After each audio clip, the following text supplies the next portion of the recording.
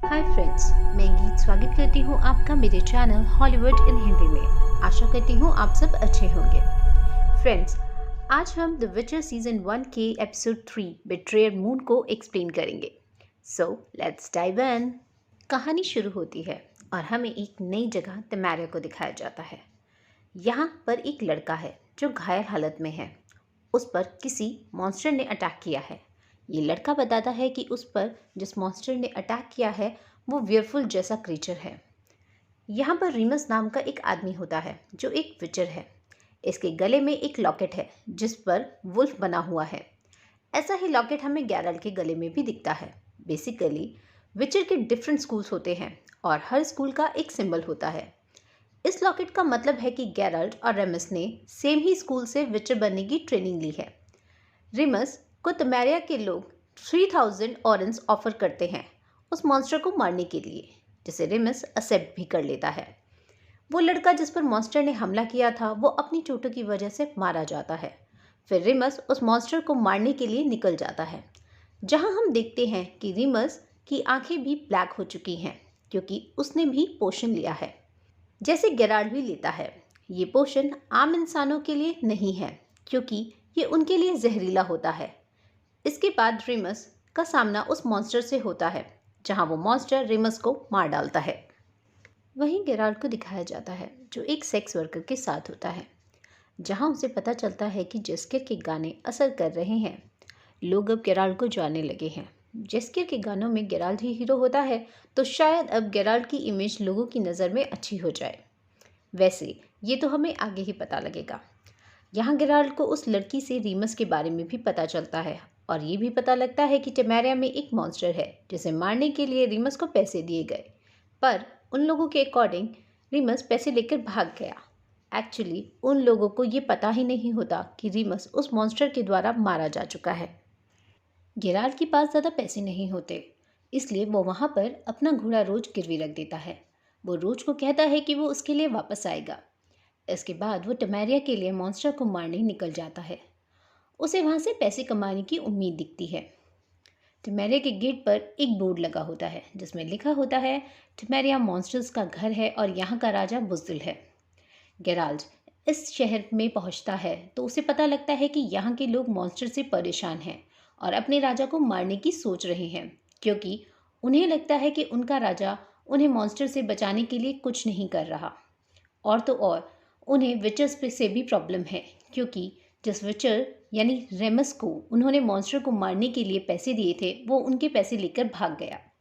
Gerald इन लोगों को समझाता है और कहता है कि वो उस मॉन्स्टर को मारेगा, बदले में उन लोगों ने जितना रेमस को पैसे दिए थे उसका वो 1/3 पैसे लेगा। इससे पता लगता है कि गेराल्ड को पैसे से ज़्यादा मतलब नहीं है, उसे तो अपने घोड़े रोज को पैसा देकर वापस लेना है। गेराल्ड कहता है कि वो पैसा काम होने के बाद लेगा, ताकि उन लोगों को ये ना लगे कि वो भी पैसे लेकर भाग सकता है। सब लोग इस बात के लिए तैयार हो ही रहे होते हैं कि तभी वहाँ राजा के कुछ लोग आ जाते हैं। यहाँ हमें ऑस्ट्रिच से इंट्रोड्यूस कराया जाता है, जो राजा का सलाहकार होता है। वो इन लोगों को कहता है कि अगर तुम लोग यहाँ से नहीं गए तो तुम्हें गद्दारी के जुर्म में पकड़ लिया जाएगा। इसके बाद वो गेराल्ड को भी यहाँ से जाने के लिए बोलता है और कुछ सिपाही उसे खुद शहर के बाहर तक छोड़ने जाते हैं कि अचानक वो लोग बेहोश होकर गिर जाते हैं। उन लोगों पर कोई जादू किया होता है। तभी यहाँ पर हम ट्रिस मैरीगोल्ड नाम की एक औरत से इंट्रोड्यूस होते हैं, जो राजा की एक सलाहकार और एक जादूगरनी भी है। ट्रिस गेराल्ड को कहती है कि वो भी गेराल्ड को हायर करना चाहती है, लेकिन मॉन्स्टर को मारने के लिए नहीं बल्कि उसे बचाने के लिए। ट्रिस गेराल्ड को बताती है कि लगभग 6 साल से इस शहर में इसी तरह से मॉन्स्टर का आतंक फैला हुआ है। ये मॉन्स्टर क्रिप्ट से रात के समय बाहर आता है। क्रिप्ट चर्च के नीचे एक अंडरग्राउंड रूम होता है जिसे एज अ बरियल प्लेस भी यूज़ करते हैं। ट्रिस ये भी बताती है कि इसी क्रिप्ट में क्वीन एडा दफन है। क्वीन एडा प्रेजेंट किंग फोल्टेस्ट की बहन थी और ये माना जाता है कि उनका एक आम इंसान के साथ अफेयर था। जब वो मरी तब वो प्रेग्नेंट थी। ट्रिस का मानना है कि जो मॉन्स्टर लोगों को मार रहा है वो क्वीन एडा का अभिशापित बच्चा है, जिसका राजगद्दी पर अधिकार है। ट्रिस चाहती है कि गेराल्ड उस मॉन्स्टर को जिंदा पकड़ ले, क्योंकि वो उस बच्चे पर से अभिशाप मिटाना चाहती है। इसके बाद ट्रिस गेराल्ड को रिमस की बॉडी के पास ले जाती है। ट्रिस ने लोगों से रीमस की मौत का सच छुपाकर रखा ताकि लोगों में डर ना फैले कि मॉन्स्टर ने एक विचर तक को मार दिया। इसके बाद गेराल्ड रीमस की बॉडी को इंस्पेक्ट करता है तो उसे पता चलता है कि उसकी बॉडी से सिर्फ दिल और लीवर गायब है। वो ट्रिस को कहता है कि ये मॉन्स्टर स्ट्रिगा है।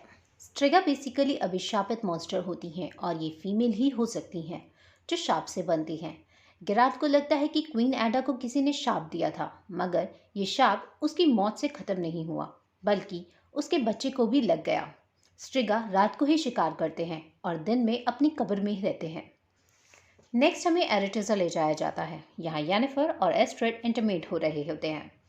इसके बाद ये दोनों एक दूसरे से बात करते हुए थोड़ा उदास होते हैं क्योंकि इन दोनों की ही ट्रेनिंग खत्म होने वाली है और दोनों अलग हो जाएंगे।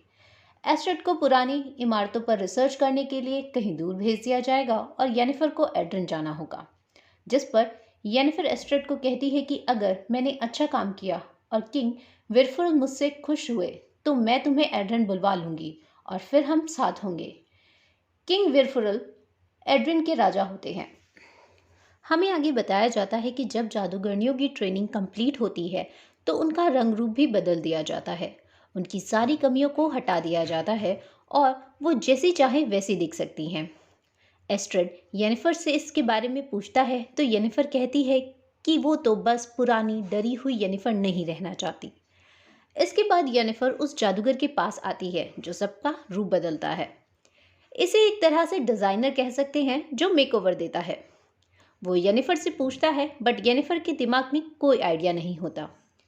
टिसाया इस बात को भाप जाती है और येनिफर को एक मिरर के आगे खड़ा कर देती है और कहती है कि दुनिया में ऐसा कोई नहीं है जो आईने में खुद को देखकर अपने अंदर कमियां ना निकाले। वो येनिफर को अपने दिमाग में सबसे ताकतवर जादूगरनी की इमेज बनाने को कहती है और उसे येनिफर के दिमाग से निकालकर आईने में दिखाती है। येनिफर को खुद का ही रूप दिखता है। हमें वापस गेराल्ड की टाइमलाइन में ले जाया जाता है जहां हम किंग फोर्टेस्ट और उनके दो सलाहकार ऑस्ट्रेड, जिसे हम पहले भी मिल चुके हैं, और सिगैलन को देखते हैं। यहाँ ट्रिस राजा फोर्टेस्ट को कहती है कि वो गेराल्ड को हायर कर ले ताकि वो उस मॉन्स्टर को काबू में कर सके और अभिशाप को मिटा सके, जिस पर सिगैलन कहता है कि उसे गेराल्ड की बात पर विश्वास नहीं है क्योंकि क्वीन एडा को सब पसंद करते थे और उन्हें कोई क्यों शाप देगा। ट्रिस चाहती है कि क्वीन एडा के रूम की तलाशी हो ताकि उन्हें कुछ सबूत मिल सके कि उन्हें किसने और क्यों शाप दिया, जिस पर सिगैलन कहता है कि अगर वाकई ये स्ट्रिगा क्वीन एडा की बेटी हुई तो गेराल्ड उसे मार देगा ताकि तेमेरिया के लोगों से पैसे ले सके। गेराल्ड यहाँ पर स्ट्रिगा का डिस्क्रिप्शन देते हुए कहता है कि वो क्वीन के पेट में भूखी ही रही और म्यूटेट होती रही और फिर एक दिन वो क्वीन की बॉडी से बाहर आ गई। ये सब सुनकर किंग फोर्टेस्ट परेशान होता है और सबको जाने के लिए कहता है। सब बाहर जाते हैं बट गेराल्ड रूम बंद कर किंग फोर्टेस्ट से अकेले में बात करता है। गेराल्ड समझ चुका था कि क्वीन एडा का जो बच्चा है उसके पिता किंग फोर्टेस्ट ही हैं। वो अपनी ही बहन के साथ फिजिकल हुआ और उसे प्रेग्नेंट कर दिया। इसी वजह से वो उस मॉन्स्टर को पकड़वाना नहीं चाहता क्योंकि वो उसी का बच्चा है। इस बात से फोर्टेस्ट भड़क जाता है और गेराल्ड को शहर छोड़ने के लिए कहता है। इसके बाद हमें येनिफर की टाइमलाइन में एरेटुजा ले जाया जाता है। यहाँ पर ब्रदरहुड ऑफ सॉर्सरर्स की मीटिंग चल रही होती है। ब्रदरहुड ऑफ सॉर्सरर्स एक ऐसा ग्रुप या ऑर्गेनाइजेशन है जो दुनिया में जादूगरों और जादू पर नज़र रखता है। इसमें भी दो ग्रुप होते हैं। एक ग्रुप का नाम है chapter of the gift and art, जो हर तरह के जादू पर नज़र रखता है और उसे नए जादूगरों को सिखाता है, और दूसरा group council of the wizard, जो मैजिकल एक्सपेरिमेंट्स और रिसर्च का काम करते हैं। एस्ट्रेड को काउंसिल के लिए चूज़ किया गया है और येनिफर चैप्टर के लिए। इस मीटिंग में बताया जाता है कि सिंट्रा मेजेस यानी जादूगरनियों की मदद लेने के लिए तैयार नहीं है। बेसिकली ब्रदरहुड ऑफ सॉर्सरर्स हर रियासत को एक मेज या जादूगरनी प्रोवाइड करवाते हैं ताकि उनकी मदद हो सके। ये जादूगरनियाँ सलाहकार जैसी होती हैं। सिंट्रा ब्रदरहुड ऑफ सॉर्सरर्स को फॉलो नहीं करता बल्कि वो ड्यूरेड्स में बिलीव करते हैं। ड्यूरेड्स पेड़ पौधों और औषधियों में बिलीव करते हैं। ये बीमारियां और चोटें ठीक कर सकते हैं। सीरी की टाइमलाइन में हमें माउजेक को दिखाया था, वो भी एक ड्यूरेड्स ही था। मीटिंग में बात होती है और नल्फ गार्ड के लिए टेसाया ने फ्रिंजला को चूज किया होता है, पर स्ट्रेगोर को लगता है कि फ्रिंजला उतनी अच्छी नहीं है। वो चाहता है कि येनिफर नल्फ गार्ड जाए। टेसाया कहती है कि येनिफर को एड्रिन भेजा जाएगा क्योंकि वो वहीं से बिलोंग करती है। असल में एड्रिन की राजधानी वेंगेबर्ग है, जहाँ से येनिफर बिलोंग करती है, और एड्रिन के राजा विरफुरल को अपने राज्य की जादूगरनी ही चाहिए होती है। जिस पर स्ट्रेगोर कहता है कि येनिफर 1/4 एल्विश है और एड्रिन और सिंट्रा ट्रेडिंग पार्टनर्स हैं, जिस पर अगर वो एड्रिन में एक एल्विश ब्लड लाइन वाली जादूगरनी भेजेगा तो सिंट्रा को ये अच्छा नहीं लगेगा, क्योंकि सिंट्रा के रूलर्स एल्फ से नफरत करते हैं और यहाँ ब्रदरहुड ऑफ सॉर्सरर्स के लोग चाहते हैं कि सिंट्रा फिर से इनकी सुने, इसलिए वो सिंट्रा को नाराज़ नहीं करना चाहते। सब लोगों को ये सही लगता है, बट टेसाया इसके लिए रेडी नहीं होती। अल्टीमेटली यहाँ पर इस मुद्दे पर वोटिंग होती है और फाइनली येनिफर को निल्फ गार्ड के लिए चुना जाता है। जब येनिफर को ये पता चलता है तो वो बहुत दुखी होती है और टेसाया के पास जाती है, जहाँ उसे पता चलता है कि मीटिंग में सबको पता था कि उसकी रगों में एल्विश ब्लड है। येनिफर को एहसास होता है कि ये बात एस्ट्रिड ने ही स्ट्रेगोर को बताई होगी, एज एस्ट्रिड स्ट्रेगोर का स्टूडेंट है। अब हमें गेराल्ट को दिखाया जाता है, जहां उसे टमेरिया से बाहर जाने के लिए कहा गया था, बट वो इस बात को नहीं सुनता और महल में क्वीन एडा के सामान की तलाशी लेने ट्रिस के साथ पहुंच जाता है। उसे क्वीन एडा के बेड पर एक स्मेल फील होती है। बेसिकली विचर्स में म्यूटेशन की वजह से स्मेलिंग पावर होती है। इसके बाद ट्रिस को वहाँ एक लेटर भी मिलता है जो क्वीन एडा और किंग फॉल्टेस्ट की माँ ने लिखा था, जिसमें उन्हें उन लोगों को अपना अफेयर बंद करने के लिए लिखा था। इसके बाद गेराल्ट और ट्रेस ऑस्ट्रिड के साथ दिखते हैं, जहां वो कहते हैं कि एडा की माँ ने उन्हें शाप दिया, मगर ऑस्ट्रिड का कहना है कि हो सकता है कि किंग फॉल्टेस ने एडा का रेप किया हो और जब वो प्रेग्नेंट हो गई हो तो उसे शाप देकर अपने गुनाहों को छुपाने की कोशिश की हो।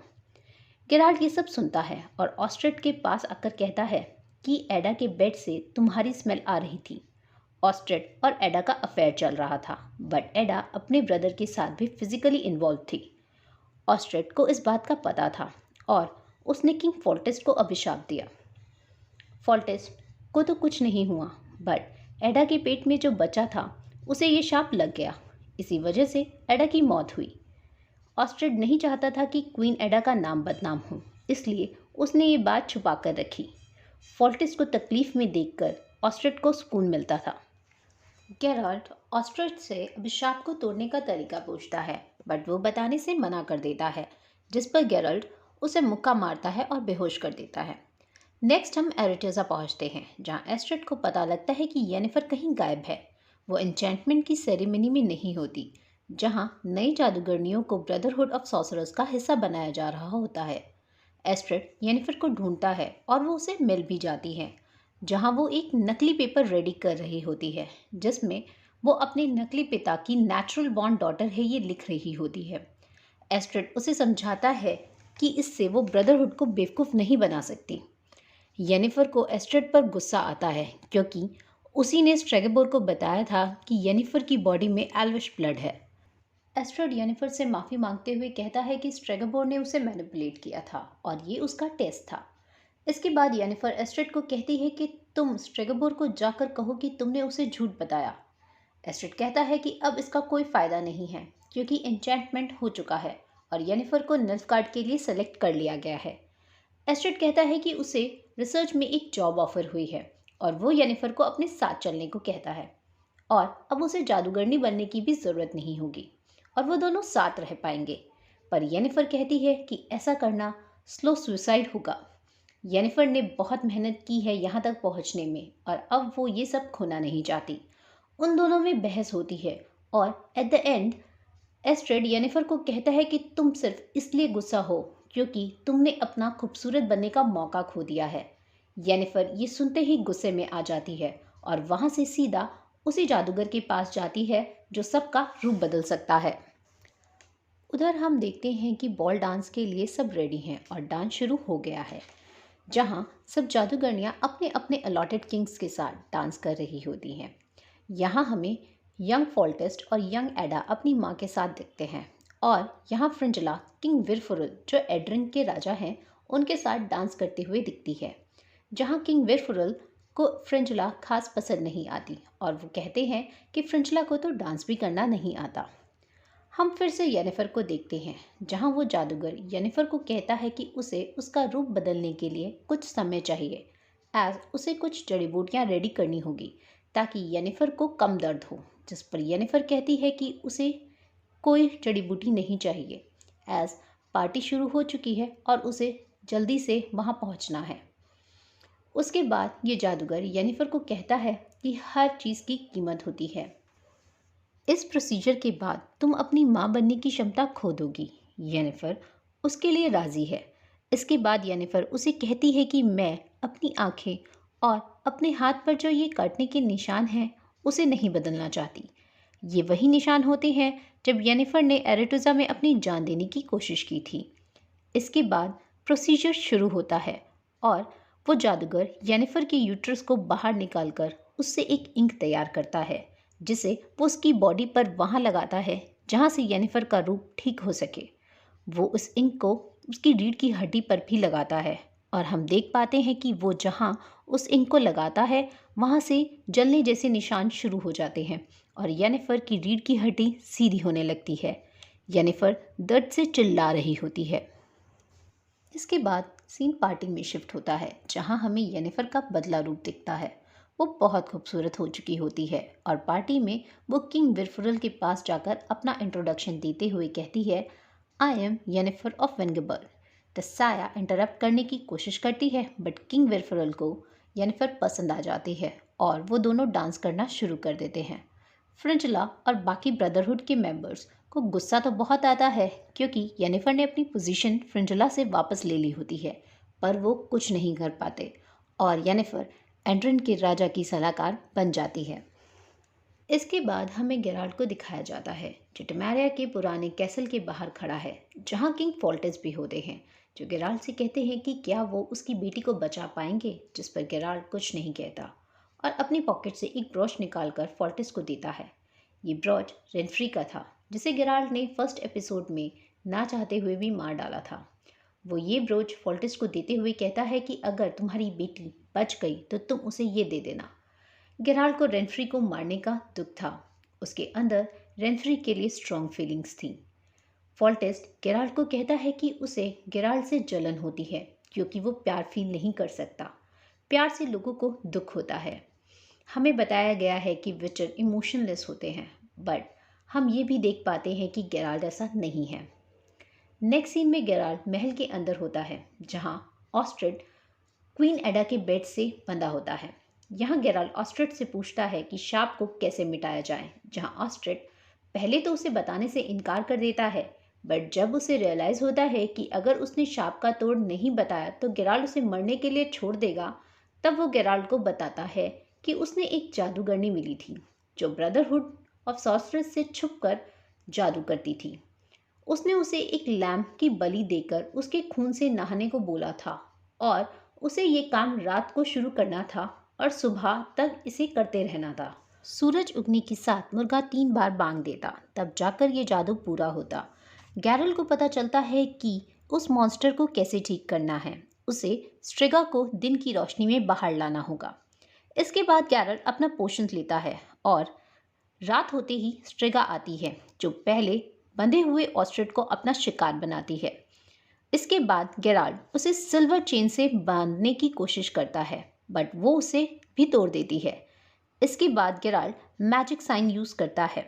बेसिकली विचर्स बहुत से मैजिक साइन यूज़ करते हैं, इनमें से 5 बहुत कॉमन हैं। क्वेन एक प्रोटेक्टिव शील्ड क्रिएट करता है। आर्ट जो अपोनेंट को पीछे की तरफ धकेलता है। इग्नी जिससे आग पैदा होती है। एक्से जिसे यूज़ करके आप अपने दुश्मन के माइंड पर कंट्रोल कर पाते हैं। यार्डन जिससे दुश्मन आपके पास नहीं आता। गेराल्ड यहाँ आर्ट यूज़ करते हुए स्टिगा को पीछे धकेलता है और फ्लोर फट जाता है और ये दोनों नीचे आकर फ्लोर पर गिरते हैं, जहाँ क्वीन एडा का कैस्केट होता है। सूरज निकल रहा होता है और स्ट्रेगा कब्र की तरफ भागती है, बट गेराल्ड पहले पहुंच जाता है और खुद को उस कब्र में बंद कर लेता है और यार्डन साइन बनाता है, ताकि स्ट्रिगा अंदर न आ पाए और उसे सूरज की रोशनी लगे, जिससे उसका शाप भी टूट जाए। इसके बाद गैरल्ट थोड़ी देर में बाहर आता है और उसे स्ट्रिगा की जगह एक बच्ची नजर आती है। इस बच्ची के हाथ अभी भी शापित होते हैं, जिससे वो गैरल्ट पर हमला करती है और उसे सीने पे काट लेती है। इसके बाद गैरल्ट बेहोश हो जाता है। नेक्स्ट गैरल्ट की आंख खुलती है और सामने खड़ी होती है ट्रिस। ट्रिस ने जड़ी बूटी का इस्तेमाल कर कर गैरल्ट की जान बचाई होती है और वो गैरल्ट को बताती है कि किंग फोर्टिस ने ऑस्ट्रिच की मूर्ति बनवाई है और लोगों को ये बताया है कि मॉन्स्टर को मारने में उसकी जान चली गई। मतलब जिसने गलत किया उसी को सारा क्रेडिट दे दिया और गैरल्ट ने जो किया उसका किसी को पता भी नहीं चला। इसके बाद ट्रिस गैरल्ट से पूछती है कि रेनफ्री कौन है, क्योंकि वो बेहोशी में रेनफ्री का नाम ले रहा था। नेक्स्ट हम पहुंचते हैं सीरी की टाइमलाइन में, जो एक जंगल के बाहर सो रही होती है। वहाँ उसके साथ डारा भी होता है। सीरी के ऊपर कोई जादू जैसा होता है, क्योंकि उसे जंगल से कोई उसका नाम पुकारता सुनाई दे रहा होता है, जिसे सुन सीरी उस ओर चलने लगती है। दारा उसे आवाज़ लगाता है, बट सीरी बेसुध हो जंगल की तरफ निकल जाती है। जंगल से तीर आ रहे होते हैं, जिनमें से एक तीर दारा को लग जाता है। सीरी इसे भी इग्नोर कर देती है और उस जंगल में कदम रखती है। इस जंगल का नाम ब्रोकिलॉन होता है। और इसी के साथ ये एपिसोड यहीं ख़त्म होता है। आशा है आपको मेरी एक्सप्लेनेशन पसंद आई होगी। Please like, subscribe and comment to support the channel. मिलते हैं नेक्स्ट एपिसोड की एक्सप्लेनेशन के साथ। Thank you.